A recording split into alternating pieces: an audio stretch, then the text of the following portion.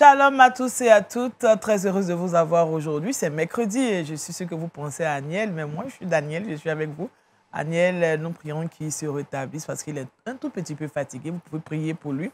Et pour l'heure, nous allons vous procurer de la joie à travers cette émission. Comme vous le savez, tous les mercredis, nous recevons un pasteur, nous recevons Tonton Léon. Il est là. Nous avons nos chroniqueurs. On va maintenant se tourner vers eux et puis leur demander les nouvelles. Shalom, docteur John Olada. Shalom Daniel. Comment ça va? Je vais bien par la grâce de Dieu. Alors, à Abidjan, ça se passe bien, hein? Oui, très bien. Je me plais très bien. Il n'est pas trop chaud, hein?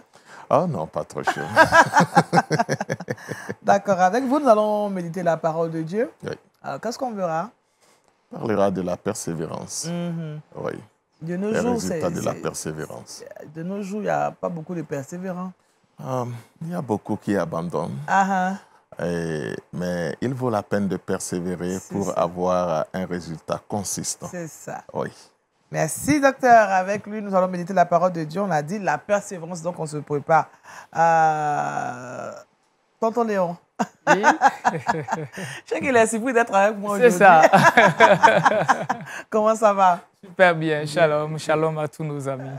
Avec Tonton Léon, on va parler de Kids Time, on va parler des enfants. Oui. Aujourd'hui, c'est sûr qu'on va faire un clin d'œil aussi aux parents. Oui, aux parents. Nous allons précisément parler des pères et encore plus précisément les relations père-fille. Père-fille. Voilà. Pourquoi père-fille et pourquoi pas père-fils? Oui, justement, il est évident de comprendre qu'entre les pères et les fils, il y a une relation. Mais on ignore souvent que le père a un grand rôle à jouer dans la construction de l'identité de sa fille. D'accord. Il faudrait un peu revenir dessus pour encourager les pères. Papa, tonton Léon, il a combien de filles? Alors, j'ai une fille. Une fille, d'accord. Deux garçons, une fille. Oh, il y a une fille qui arrive encore. Ah, mais... Et moi, j'ai 2 filles. Wow. 2 filles, donc... le pasteur pourra aussi partager son expérience. Il pourra partager également les informations qui seront données. Merci, tonton Léon. C'est toujours un plaisir de vous regarder. Oui. Aujourd'hui, c'est un plaisir pour moi d'être avec vous sur ce plateau. Je suis honoré aussi. Bienvenue encore. Merci. Shalom, Kouda. Shalom, Daniel. Comment ça va? Ça va super bien. Dieu fait grâce. Comme tous les mercredis. Qu'est-ce que tu nous proposes aujourd'hui? Aujourd'hui, déjà, même avant de donner le thème, j'ai réalisé en préparant ma chronique que Dieu, il est vraiment grand. Amen. Il est dans les détails. Parce que je vais partager aujourd'hui 3 astuces avec les peaux d'orange. Les peaux d'orange. Le fruit orange. Oui, la peau. Dieu même a mis des vertus, des bienfaits dedans. Il dit, Dieu te fondé. Ah bon? Donc, on verra ça aujourd'hui. D'accord, avec Kouda. On aura donc 3 astuces avec la peau d'orange. Oui, la peau d'orange. Donc, c'est plus nécessaire de jeter la peau d'orange. Non, on ne jette plus. Vous allez découvrir de belles choses qu'on peut faire avec. D'accord. Merci, Kouda. Josier. Oui, Daniel. Comment ça va? Tout va bien, grâce à Dieu. Vous êtes surpris de me voir aujourd'hui, mercredi. On est habitué. Mais ça peut arriver. Ça arrive, ça arrive. Ça arrive. Ça peut arriver que je sois là. C'est l'équilibre. C'est ça.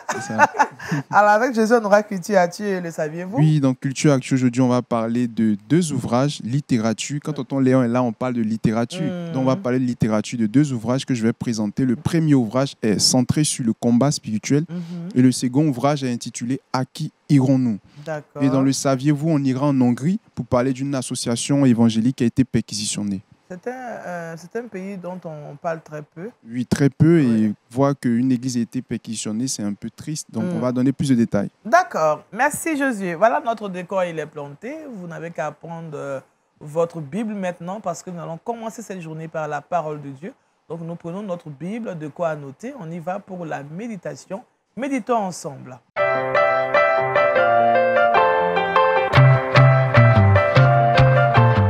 Avec le docteur John Olada, nous parlons de la persévérance aujourd'hui et le test d'appui est tiré de Daniel, le chapitre 6, versets 1 à 3.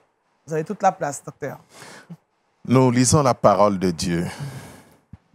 Darius trouva bon d'établir sur le royaume 120 satrapes qui devaient être dans tout le royaume.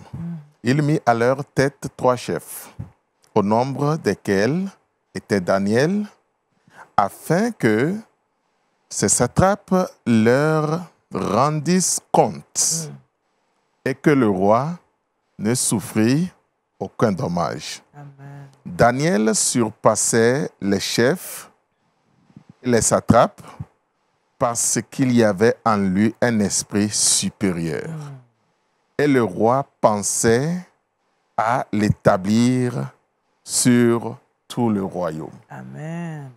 Lorsque nous continuons la lecture de ce texte, nous allons comprendre que là, il y a un problème de rivalité. Daniel, qui est un esclave dans le royaume, mais à qui le Seigneur a fait grâce et l'a élevé à un rang élevé dans le royaume, a été sujet de la convoitise et de la jalousie de ses pairs et de ses collègues.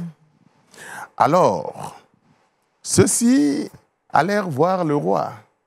Après avoir perché dans la vie de Daniel, pour pouvoir voir est-ce qu'il y a un point d'accusation par rapport à la façon dont il gérait les affaires du royaume.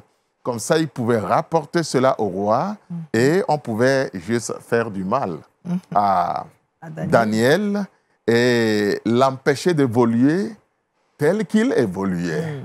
Voilà. Aujourd'hui, lorsque nous évoluons avec Dieu, sachons bien, soyons conscients qu'il y aura des gens autour de nous qui seront contents de notre évolution, mais il y aura d'autres qui seront inspirés par le malin et ne seront pas contents de notre évolution. Non seulement ne seront pas contents, mais chercheront à nous faire tomber. C'est ça. Mais que s'est-il passé avec Daniel ici? Ils fouillèrent et puis ne trouvaient rien et finalement, ils allèrent donner un mauvais conseil au roi. Que roi, tu sais, tu es un grand roi. Vous savez, les rois, quand on les glorifie, ils deviennent vraiment, je ne sais comment le dire, ils sont remplis de joie et puis ils suivent tout de suite ceux qui les glorifient, alors que parfois, c'est de la flatterie. Voilà, ils dirent au roi, bon, roi, à partir de maintenant, nous voulons que tu fasses sortir un décret. Et ce décret sera libellé comme si personne ne demandera rien à une divinité ou à une autorité ou à quiconque que ce soit, sans passer par toi, sans ton autorisation. Et le roi, comprenant qu'on est en train d'étendre sa marge d'autorité, a rapidement accepté et il a signé cela. Alors que cette loi ciblait Daniel. Wow. Après que cela soit promulgué, il s'est passé quelque chose. Daniel a continué par prier son Dieu normalement, demander des choses à son Dieu, sans passer par le roi, sans demander l'autorisation au roi. La Bible nous dit la façon dont il priait. Il le faisait de la même manière. On montait dans sa chambre 3 fois par jour et puis la fenêtre toujours ouverte et il invoquait le Dieu d'Israël 3 fois par jour. Et ceci vint rapporter cela au roi et ça coûta cher à Daniel. On le jeta dans la fosse aux lions. Pensant que c'est fini pour Daniel. De cette histoire, bien-aimés, je voudrais attirer l'attention d'un frère ou d'une sœur qui nous suit aujourd'hui sur des vérités à appliquer à notre vie en tant que chrétien afin que même dans l'adversité, nous puissions être trouvés victorieux. Amen. Et la première vérité que j'aimerais partager, c'est la persévérance dans notre bonne relation avec Dieu. Daniel a eu une bonne relation avec Dieu. La Bible nous dit qu'ils ont fouillé d'abord dans sa vie et ils n'ont rien trouvé de mal. Il a bâti une bonne relation avec Dieu. Il faudrait que jour après jour, le chrétien apprenne à bâtir sa relation avec Dieu. Notre vie relationnelle avec Dieu est très importante. Et la deuxième vérité que je vais partager à partir de cette histoire, c'est la persévérance dans la prière. Non seulement Daniel a bâti une bonne relation avec Dieu, mais il a persévéré dans la prière. Il a persévéré. Même quand le roi a sorti le décret, Daniel a continué par persévérer. Aujourd'hui, si quelqu'un te dit, bon, à partir d'aujourd'hui, vous ne prierez plus aucune divinité dans votre pays, quelle sera ta réaction?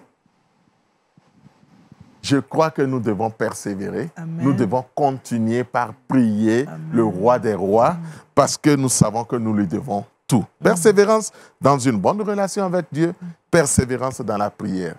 Et la troisième vérité est celle selon laquelle aucun homme ne détient le dernier mot sur ta situation. Seul Dieu détient le dernier mot sur ta vie, sur ta situation. Amen. Vous voyez, quand on a jeté Daniel dans la fosse au lion, mais le roi a scellé cela de son anneau et de l'anneau des chefs. Ça voudrait dire, à l'époque, quand le roi scelle quelque chose comme ça, la personne qui est là-dedans est oubliée pour toujours. Personne n'a même l'autorisation de penser à cette personne. Le roi est rentré chez lui, malgré qu'il y avait cette loi, cette disposition ferme dans le royaume. Le roi est rentré chez lui, il ne pouvait pas se reposer. Parce qu'il a vu la foi de Daniel et il s'est dit, mais le Dieu de Daniel peut avoir la capacité de le libérer. Est-ce que vous voyez? La foi de Daniel a été contagieuse au roi. Amen. De façon à ce que le lendemain, le roi fit quelque chose qu'il n'a jamais fait. D'habitude, quand il jette quelqu'un dans la fosse au lion, le lendemain, il ne se soucie même pas de la personne. Il ne se dit pas est-ce que cette personne peut être vivante ou pas, parce qu'on oublie, la personne est morte. Mais pour Daniel, c'est différent. Le lendemain matin, le roi s'est aventuré vers là parce qu'il y a un espoir dans le cœur du roi que le Dieu de Daniel peut faire encore quelque chose. Même quand les hommes te jettent dans la fosse au lion, écoute bien, le dernier mot n'appartient pas à ces hommes. Le dernier mot n'appartient pas à la profondeur de la fosse. Le dernier mot n'appartient pas aux lions qui sont dans la fosse. Le dernier mot appartient aux lions de la tribu de Juda. C'est lui le roi des rois. Amen. Et quand le roi s'aventura là, il cria le nom de Daniel. Est-ce que ton Dieu que tu sers avec persévérance a pu te sauver des lions? Et Daniel, depuis le fond de la fosse, a répondu, roi, vis pour toujours. Amen. Mon Dieu a envoyé son ange bloquer la gueule d'un lion. Même quand tu es parmi les lions, l'Éternel va envoyer son ange bloquer la gueule de ces lions.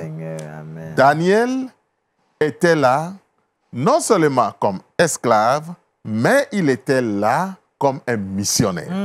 Parce qu'en fin de compte, la foi de Daniel a fait que le roi a promulgué un décret que désormais dans tout le royaume, le Dieu de Daniel est le seul Dieu à adorer. Amen. Que l'Éternel t'amène à cette dimension et que ta foi amène tous ceux qui sont autour de toi à décréter que ton Dieu est le Dieu à adorer. Amen. Dieu vous bénisse. Amen. Merci, docteur. Je pense que vous avez parlé à un cœur, vous avez parlé à quelqu'un aujourd'hui. Merci vraiment pour cette parole. On rappelle le thème, la persévérance. Le texte d'appui est tiré de Daniel, chapitre 6. Versets 1 à 3, le docteur l'a dit, on pourrait lire tout le texte pour comprendre encore ce qu'il a expliqué tout à l'heure. Alors, docteur, on voit qu'il faut bâtir, d'après ce que vous avez dit, bâtir une bonne relation avec Dieu, avoir de la persévérance dans la prière. Et puis, on se rend compte qu'aujourd'hui, des gens sont chrétiens, ils vivent selon eux leur foi chrétienne, ils vont à l'église les dimanches, ils participent aux activités. Est-ce que ça suffit pour se bâtir une vie dans sa relation avec le Seigneur? Je pense que là, ce sont des activités, je peux dire, le premier niveau d'activité. Est-ce que vous voyez? aller dans un culte, aller persévérer dans une église pour recevoir des enseignements. Maintenant, le deuxième niveau d'activité, c'est l'application de ces enseignements, l'application de la parole de Dieu. Au fait, pour bâtir notre relation avec Dieu, il est très important que nous connaissions ce Dieu. Et ce Dieu, on le connaît à travers sa parole. Amen. Quand nous méditons, nous lisons et méditons sa parole chaque jour. Nous nous efforçons à appliquer cette parole à notre vie de tous les jours. Notre vie relationnelle avec Dieu va croître. Amen. La parole de Dieu doit être le fondement. C'est elle qui nous enseigne tout. Elle a la réponse à toutes les questions concernant notre vie, notre foi et notre relation avec lui. Alors, comment on lit cette parole? Est-ce qu'on se lève le matin, on ouvre la Bible, et puis le verset sur lequel on tombe, bon, c'est la parole qu'on a lue. Est-ce qu'il y a une manière spécifique, particulière de pouvoir se laisser construire par la parole? Comment ça se fait? Oui, évidemment, aujourd'hui, nous avons beaucoup de facilités et beaucoup d'organisations et de personnes ont rédigé des plans de lecture et d'études de la parole de Dieu. Je vais encourager le chrétien juste à adopter un plan de lecture et de méditation de la parole de Dieu. Il peut choisir faire une lecture sur une base thématique en choisissant des thèmes bien spécifiques ou bien il peut le faire sur une base chronologique. Et peu importe, l'essentiel c'est d'étudier cette parole et de comprendre ce qu'elle communique. Amen. Vous avez une question? Bon, c'est pas une question. L'histoire de Daniel, je la connais, mais ce matin, je pense que j'ai eu un réma lorsque le pasteur a parlé de la foi de Daniel qui a contaminé le roi. Et je me rends compte que dans l'adversité, on peut avoir une foi même qui va perturber même les personnes en face de nous qui ne comprendront pas. Mais pourquoi cette personne-là est joyeuse? Pourquoi elle espère encore? Alors que aucune situation est en sa faveur. Donc, je pense que je vais adopter cette foi qui va traumatiser les gens, en fait. Ah oui. Ils ne vont pas comprendre, mais la petite, elle a qu'un problème. D'accord. C'est ce qu'il me faut ce matin. Daniel pouvait avoir peur du roi et ne pas vivre sa foi. Oui. Mais il ne l'a pas fait. Aujourd'hui, quand le Seigneur nous donne en tant que chrétiens des positions auprès des rois et des personnes élevées à un certain niveau, comprenons que Dieu nous envoie là comme des missionnaires. Amen. Oui.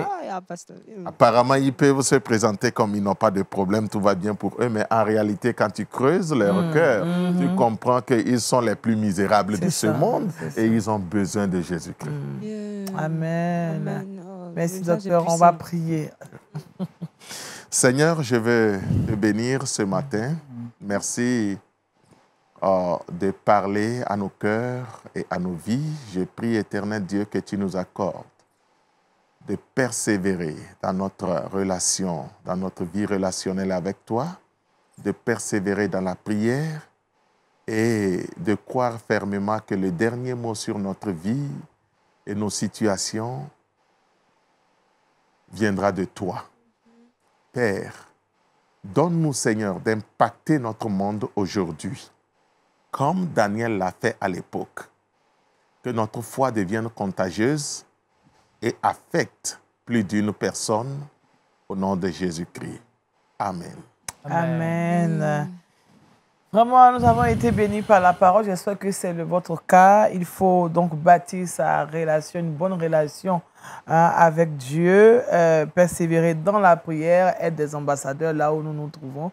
Je pense que c'est ce que je peux retenir de cette méditation. Et je pense que le docteur, c'est bien ça. C'est ça, non? C'est bien ça. Merci, docteur. Alors, on va parler maintenant culture avec José Dioba et c'est l'actualité culturelle chrétienne, Culture Actu.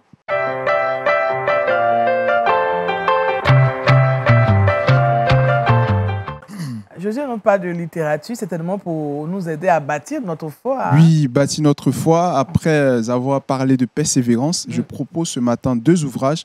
Le premier ouvrage que je propose est Le combat spirituel. Aujourd'hui, on a vraiment besoin de comprendre ce que c'est que le combat spirituel. Oui.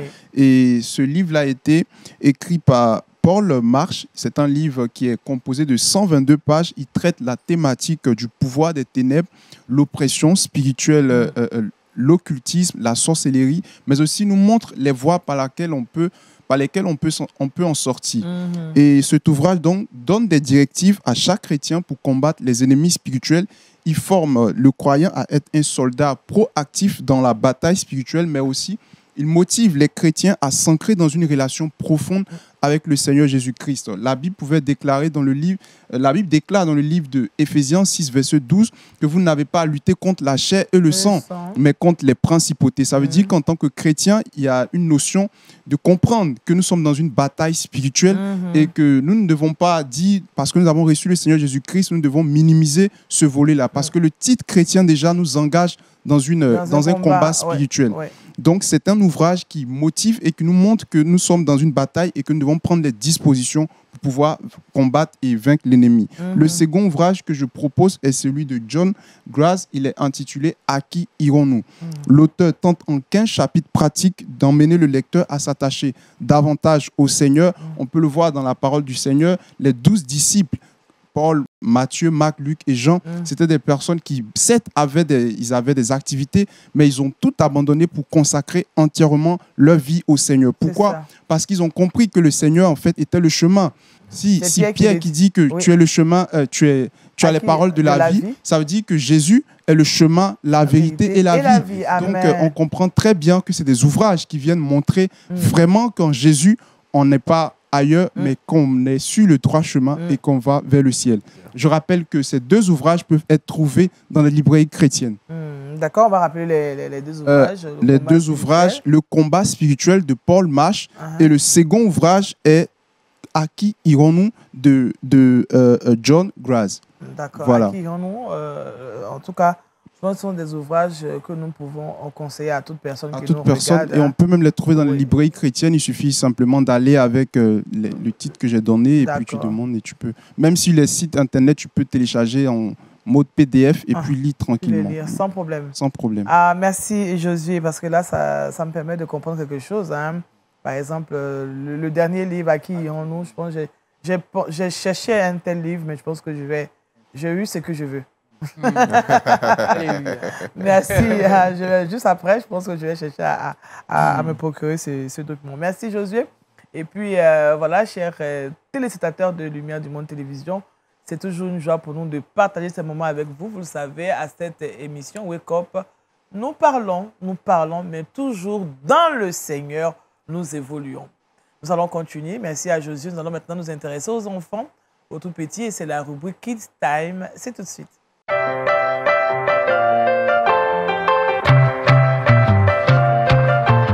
Aujourd'hui, tonton Léon a décidé de nous parler d'une relation, les relations père-fille. Ah, là, moi, je me tourne vers lui.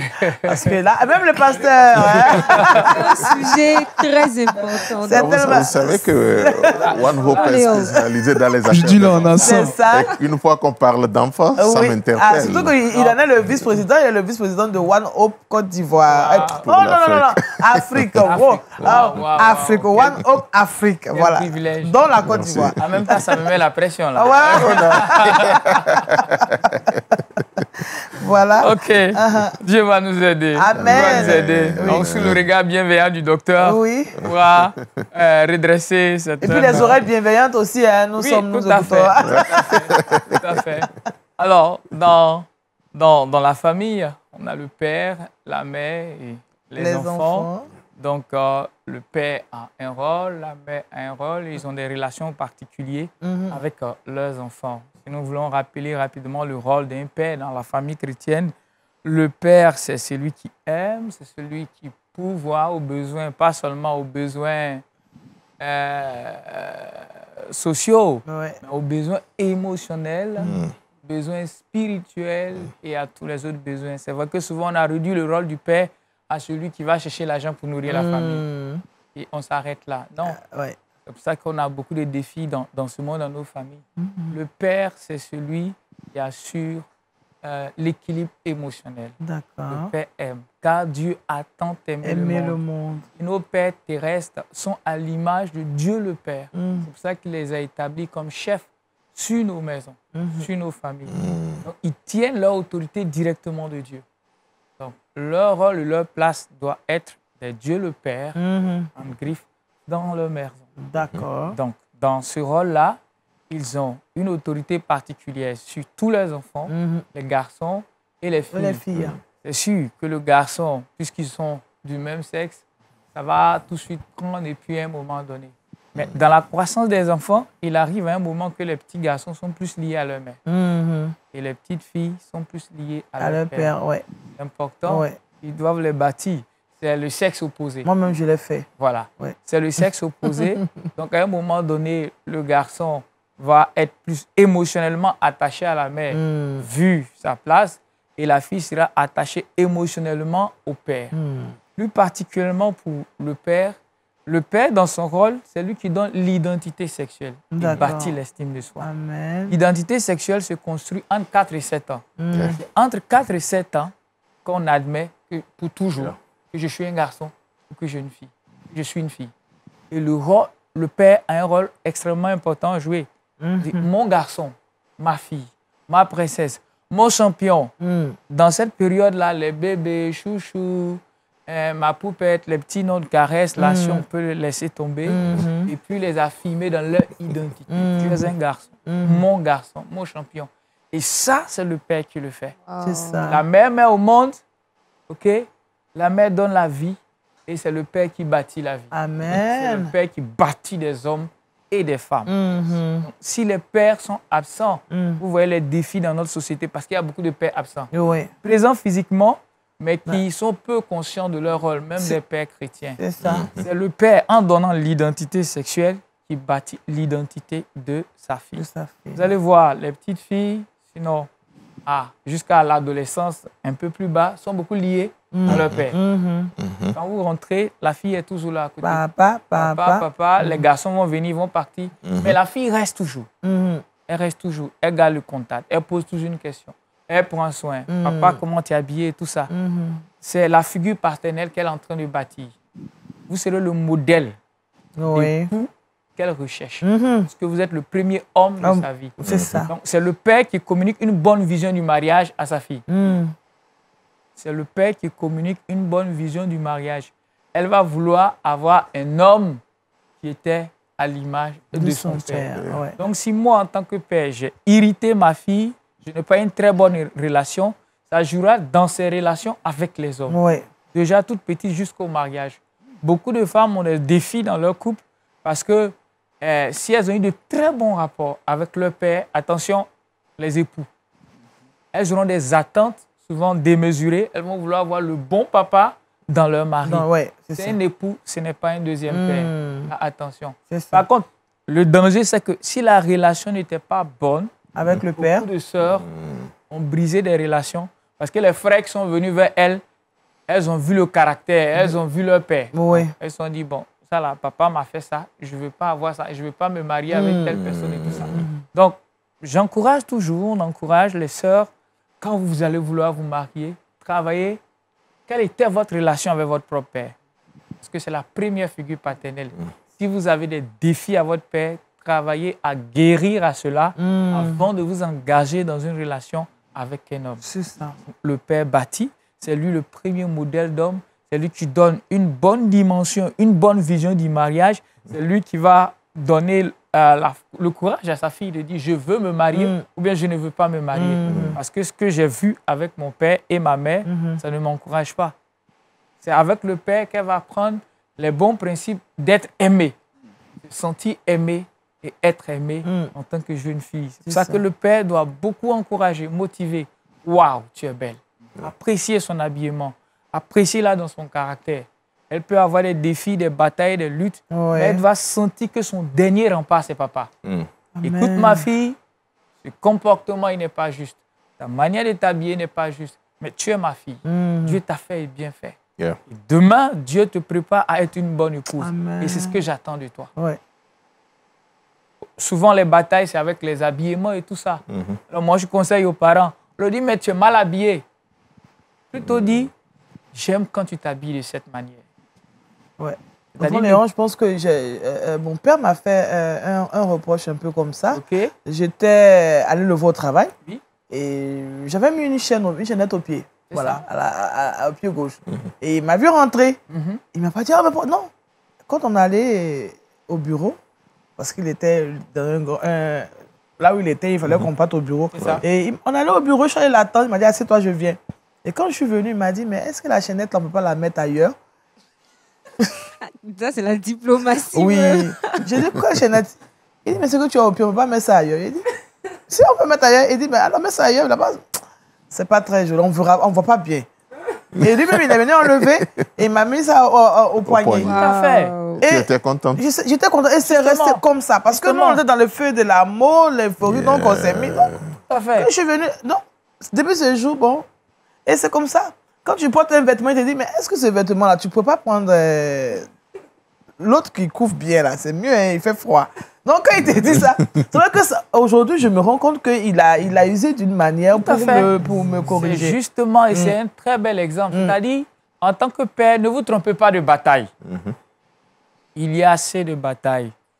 Souvent, on a tendance à commencer par le négatif pour avoir du positif. C'est ça. C'est ça. Dans notre culture africaine, on a tendance à choquer l'enfant. Voilà, l'enfant. Parfois, il faut frapper. Voilà, c'est ça. Pour qu'il ça le réveille.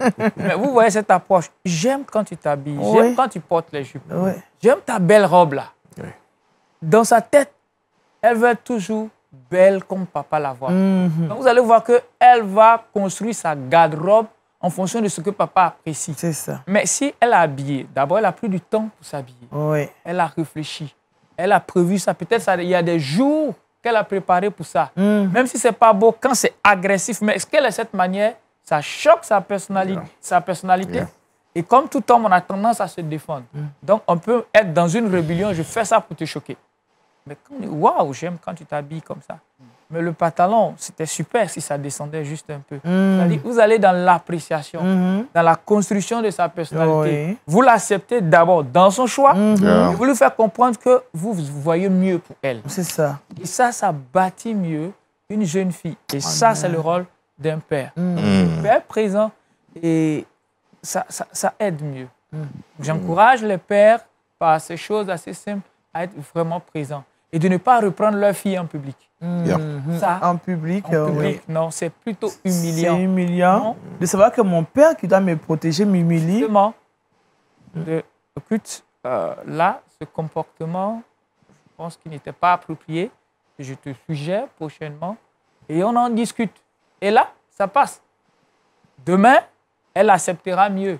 Mais quand on l'humilie, on l'interpelle, surtout quand ils sont adolescents ou bien adolescentes, publiquement, ça passe très mal. Le message ne passe pas. Le message. Donc voilà, en 2 mots, comment est-ce que les pères doivent avoir, sinon développer une relation privilégiée avec leurs filles, bâtir leur identité et leur personnalité. Je pense que le docteur voudrait dire quelque chose. Bon, je voudrais juste renchérir et puis merci beaucoup. En tout cas, merci de partager cela. Vous savez, nous, en tant que pères, nous devons faire très attention. Et nous devons comprendre aussi que nous sommes nés à une époque. On a les principes de cette époque. Et aujourd'hui, les enfants que nous avons sont ouverts sur le monde. Et vivent d'autres types de réalités qui les affectent. Au lieu qu'on les amène à notre époque de 1950, il faut plutôt que nous nous transportons à leur époque, nous entrons dans leur peau pour les comprendre, pourquoi ils agissent ainsi. Et ce n'est pas tout ce qu'ils font qui est mauvais. C'est ça. Et on pourra maintenant les comprendre et les aider. Vous savez, pendant cette période de Covid, nous avons remarqué, après avoir fait une recherche au niveau de One Hope sur le plan mondial, nous avons remarqué que les pays dans lesquels il y a eu confinement total, la foi des enfants a vraiment régressé. Ah bon? Parce que beaucoup de parents ne savent pas comment assurer le discipulat de leurs enfants. Parce qu'on confiait la plupart du temps aux moniteurs. Aux moniteurs. Oui. Et maintenant qu'il y a, maintenant qu'il y a confinement, le moniteur ne peut pas aller de maison en maison. Des enfants sont restés confinés pendant 6 mois sans écouter la parole de Dieu venant de leurs parents et autres, ce qui nous a amenés dans la construction de notre réseau durable à créer une expression, l'expression des parents. Comment équiper les parents pour être à même de pourvoir une bonne éducation chrétienne à leurs enfants. Oui. Et je crois que j'ai devant moi aussi une personne ressource que je pourrais inviter dans cette discussion. C'est ça. Et un des rapports qu'on a sortis, c'est la culture mondiale de la jeunesse. Et j'aurai à partager cela avec vous un jour. Peut-être qu'on en parlera. Comment est-ce que les jeunes réfléchissent? Qu'est-ce qui provoque cela? Et comment donner des approches de solutions et autres? Cela nous a montré que la grande partie des jeunes filles qui passent par des crises aujourd'hui, la cause, c'est leur papa. Comme a dit tonton Léon, effectivement, quand le papa... Il a dit, hein, c'est le premier homme que la fille voit. Donc, automatiquement, si c'est mal géré, mal négocié, ça se répercute sur le reste. Affectif n'a pas été comblé à la maison. Le premier venu qui dit « tu es toute belle », elle se jette dans ses bras. Pas parce qu'elle a une mauvaise vie, parce qu'elle a une mauvaise intention, mais elle se sent aimée et acceptée. Parce que celui-là, peu importe qui il est, ce qu'il va faire. C'est ça. On suit facilement celui qui nous aime et qui nous accepte. C'est ça. Papa ne lui a jamais dit « je t'aime ». Voilà. Tu es belle. Il n'est même pas la même. Papa ne l'a jamais prise dans ses bras. Et c'est super ce que le pasteur disait, c'est qu'il faut que les parents fassent des mises à jour. Good. Parce que les parents sont beaucoup plus préoccupés à prier pour leurs problèmes. C'est ce qu'on remarque aussi, à prier pour leurs problèmes. Ah, on souffre trop, mais les enfants, on dit non, attends, c'est pour toi que je fais ça, mais ils ne voient pas ça sur sa vie. Donc, du coup, ça n'est pas, pas fait pour son intérêt. Vraiment. Merci, tonton Léon. Merci aussi au docteur. Vraiment. Merci, docteur. Le mercredi, c'est réservé vraiment à l'éducation de la jeunesse et des enfants. Et je pense qu'à ce titre, aujourd'hui, nous sommes informés. Mais c'est vrai qu'on en parlait du père, mais la mère aussi peut apporter... Est-ce que la mère peut combler ce vide que le père laisse parfois dans la plupart du temps? Est-ce que la mère peut combler ce vide? Il y a les familles monoparentales. Pour diverses raisons, une maman peut se retrouver seule. En tout cas, je parle sous le regard bienveillant du docteur. Ce que je sais, c'est qu'une mère seule éduque mieux un enfant qu'un père seul. Une mère seule éduque mieux un enfant qu'un père seul. La Bible parle de veuve. On ne parle pas de veuf. Parce que l'homme, quand il est seul, il est déséquilibré. Vous allez voir qu'un homme qui perd sa femme se marie très vite. C'est ça. Parce que Dieu l'a conçu comme ça. Être avec une femme. Surtout si c'est marié une fois. Rester seul après devient de plus en plus difficile. Voilà. Donc la femme, la mère a beaucoup plus une charge émotionnelle. Et donc, étant toute seule, elle va développer des capacités d'homme. Donc, elle peut pouvoir communiquer à la fois les émotions d'une mère et d'un père. C'est ça. Donc, il y a plus de sensibilité, plus d'équilibre à bâtir toute seule en tant que femme qu'un homme seul. L'homme seul va bâtir certains aspects qui risquent de lui échapper avec la grâce de Dieu. Sinon, une femme seule bâtit mieux. Donc, nous pouvons dire que nous sommes heureuses d'être femmes. Oui, nous devons être heureuses d'être femmes. Vous avez des capacités énormes. Amen. Ça vient d'un homme, vraiment, là, je grossis, là. Et nous vous convoitons beaucoup. Vraiment. En tout cas, merci à vous. Merci, tonton Léon. Le temps est vraiment en train de partir. On a parlé des relations père-fille et je pense que vous avez pris bonne note. Cher papa, il faut revenir à la parole de Dieu et faire ce que Dieu nous demande de faire. Merci, tonton Léon, pour tous ces conseils. Et merci aussi pour sa contribution, le docteur John Walada. On va continuer cette émission et cette fois, on va retrouver Kouda qui a des astuces pour nous. Et c'est tout de suite avec le Trickbox.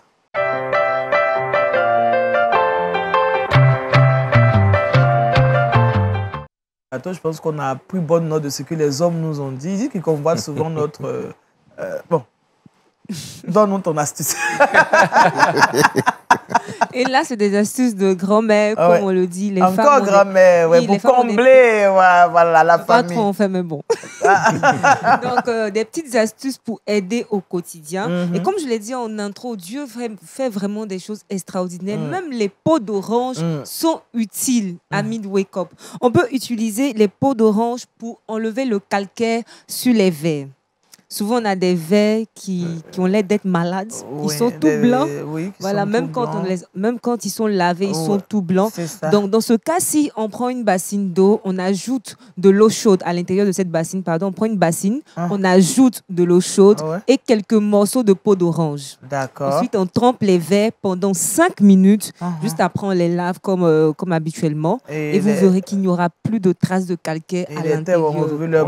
Nickel, tout propre, ça change. Quand tu reçois tes invités, tu es fier d'aller déposer tes verres qui n'ont pas l'air d'avoir le palu avec le calcaire à l'intérieur. Avec une bonne odeur de la peau d'orange, oui, c'est ça. Effectivement. Deuxième astuce, on peut utiliser la peau d'orange, comme on a parlé tout à l'heure des odeurs, pour chasser les mauvaises odeurs dans la poubelle. Il se trouve que souvent, la poubelle se trouve dans la cuisine et ça émet des odeurs un peu bizarres. Donc, dans ce cas, si vous prenez des peaux d'orange que vous mettez au fond de la poubelle, ensuite, vous mettez les ordures, etc.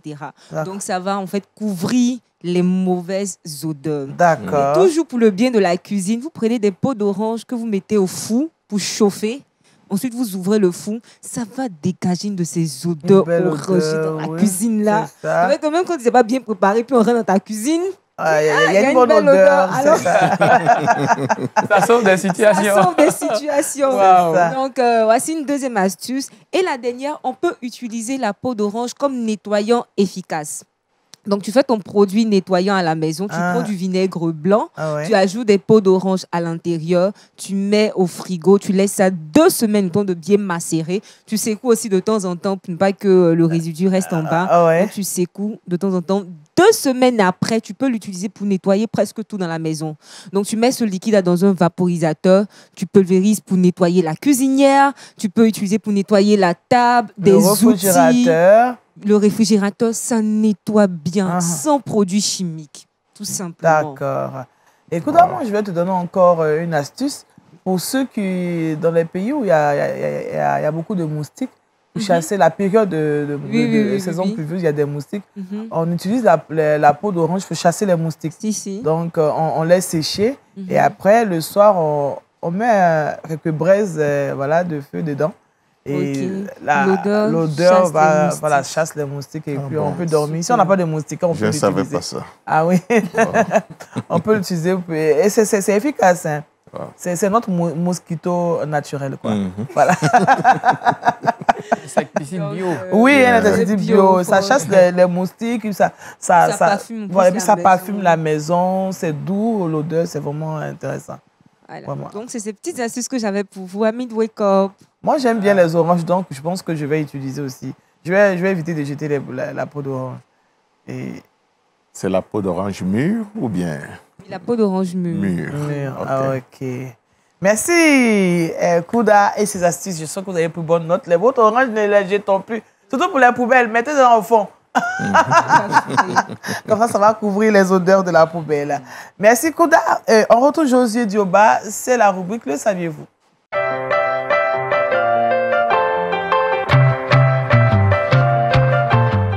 On part à Hongrie. C'est cela. On va parler aujourd'hui d'une association évangélique qui a été perquisitionnée. En effet, les bureaux d'une association à Budapest, autrefois reconnue comme une église, ont été perquisitionnés le 21 février sous des accusations de fraude fiscale. Donc, en d'autres termes, ils n'ont pas payé leurs impôts. Et figurez-vous que cette église avait déjà été convoquée une première fois à la Cour de justice en 2011. Et malgré cela, les charges n'ont pas été réglées jusqu'à aujourd'hui. N'ont pas été réglées. L'Église serait ainsi redevable de 156 millions de forints. Donc, forints, c'est la monnaie hongroise. Et en plus d'une amende de 90 millions. Depuis 2011, les chrétiens ne sont par ailleurs plus autorisés à faire des offrandes à cause de cela par chèque à la communauté. Donc, il faut faire les offrandes en nature, en espèces. Ouais, en espèces. Donc, on peut plus cher. Même enfant en espèces ici, en Afrique, donc, il peut faire comme nous. Mais c'est aussi l'occasion de... C'est difficile. C'est pas une bonne image. Oui. Une église qui ne paye église, pas les impôts. Il faut payer les impôts. Faut payer les impôts. Même si on est une église, on doit payer nos impôts. Donc, oui. C'est aussi ça. Donc, il faut payer les impôts. Je me dis qu'il faut une visitation divine. Un ange qui va passer pour dire aller dans la mer, il y a un poisson, il y a de l'eau à l'intérieur. Je pense qu'on va prier pour qu'il y ait une visitation divine de ce genre. Jésus même l'a dit, il a dit dans sa parole, à César ce qui est à César, il faut donner à César. Les impôts, il faut les payer. Si le gouvernement en a décidé, ici, il faut le faire. Faut pas... Ça ternit quand même l'image de l'Église. Mais on prie qu'il soit renouvelé par l'intelligence. Merci, Josué. Kouda, donne-nous notre verset boussole. Le verset se trouve dans le livre de Daniel 6, le verset 23. Alors, le roi fut très joyeux et il ordonna qu'on fasse sortir Daniel de la fosse. Daniel fut retiré de la fosse et on ne trouva sur lui aucune blessure parce qu'il avait eu confiance en son Dieu. Amen. Merci à Dr. John Walada avec qui nous allons méditer la parole de Dieu. Le thème, c'était la persévérance, Daniel chapitre 6, verset 1 à 3. Merci à tonton Léon, avec qui nous allons parler des relations père-fille. Ça a l'air très important, donc il faut que les papas reprennent leur place auprès des filles. Et puis merci à Kouda qui nous a exhorté à utiliser les peaux d'orange pour évacuer les mauvaises odeurs dans nos poubelles. Et puis il y a eu d'autres choses, c'est ce que moi j'ai retenu. Merci à José et à toute la régie qui nous a permis d'être chez vous. On se donne rendez-vous demain. Voilà, d'ici là, portez-vous bien, que Dieu vous bénisse. Et bon mercredi à tous. Au revoir.